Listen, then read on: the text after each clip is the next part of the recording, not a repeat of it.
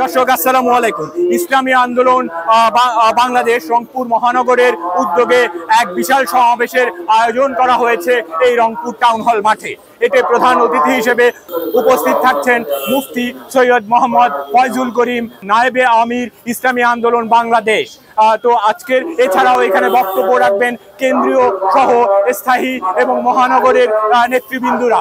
তো এখন পর্যন্ত আমার হাতে যে তথ্য রয়েছে সেই তথ্য অনুযায়ী মূলত কিছু ইস্যু ভিত্তিক এই সমাবেশটি হচ্ছে।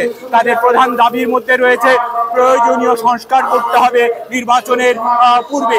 দ্বিতীয়র মধ্যে রয়েছে যেই গণহত্যা 24-এর যেই গণহত্যা হয়েছে সেই গণহত্যার বিচারকে তারা দেখতে চাচ্ছেন।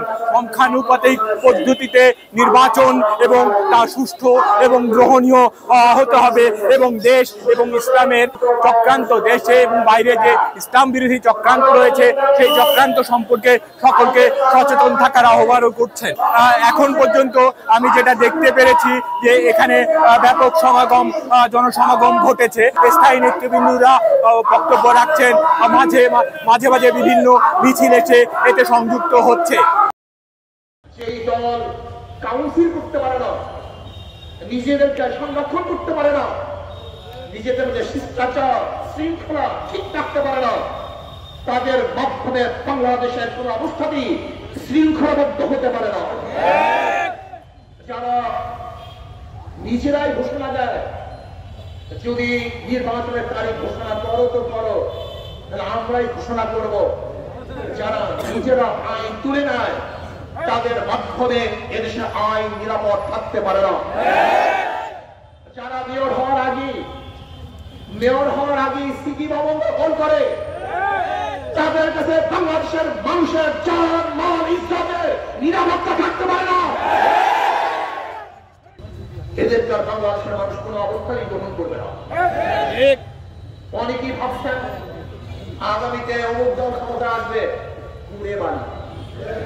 আপনি জানেন বাংলাদেশের নতুন ভোটাররা 38% ভোটাররা ধানের শীষ কি জিনিস জানেই না। জিয়াউর রহমান সাহেবের আদর্শ এদেশের মানুষ শুনতে চায় না।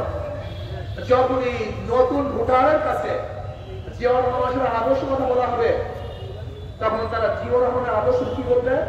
যে জিয়াউর রহমানের আদর্শ মানে সাদাবাজি করা, খুন করা, অবৈধ দখল করা, অত্যাচার করা, বিচার করা।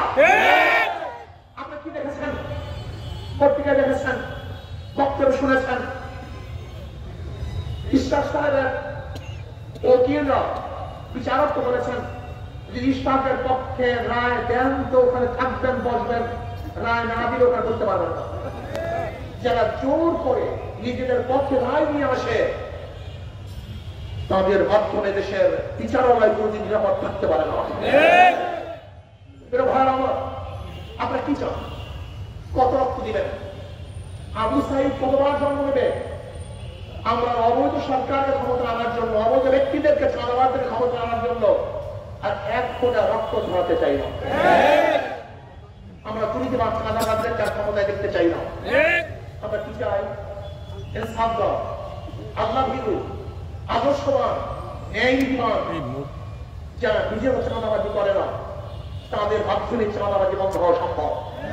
যারা দুর্নীতি করে না তাদের মাধ্যমে দুর্নীতি বন্ধ হওয়া সম্ভব। যাদের হাতের মধ্যে অবৈধ খুনের রক্ত নেই তাদের মাধ্যমে দেশের অবৈধ খুন বন্ধ হওয়া সম্ভব। যারা ধর্ষণ করে না, এফটিজিং করে না তাদের মাধ্যমে আমাদের মা বোনদের নিরাপত্তা সম্ভব। কিন্তু যাদের মাধ্যমে এদেশের মানুষ অবিচার অত্যাচারিত হয় তাদের মাধ্যমে দেশের মানুষের জুলুম অত্যাচার বন্ধ করা কোনোদিন সম্ভব না। আমি বারবার একটা কথা বলতে চাই,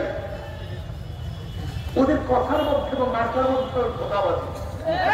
ধানের শীষ গরিবদের মার্কা, ধান কাটে তারা গরিবরা, কিন্তু যারা ধানের শীষ নির্বাচন করে তারা ধান কাটতে পারে না। নৌকা চালায় তারা, গরিবরা গরিবদের প্রতি, কিন্তু যারা নৌকা মার্গে নির্বাচন করে তারা নৌকা চালাতে পারে না। নাঙ্গল কাদের প্রতি, যারা নির্বাচন করে তারা নাঙ্গল বলতে পারে না। কুঠার কাদের প্রতি, গরিবদের, কিন্তু যারা কুঠা দিয়ে নির্বাচন করে তারা কাঁধ থাকতে পারে না। গরুর গাড়ি কাদের প্রতি, গরিবদের, কিন্তু যারা গরুর গাড়িতে নির্বাচন করে তারা গরুর গাড়িতে চালাতে, তার মানে কি? ইনম ও শাহরিয়ার, ইনার স্টাফ রিপোর্টার, বাংলা FM।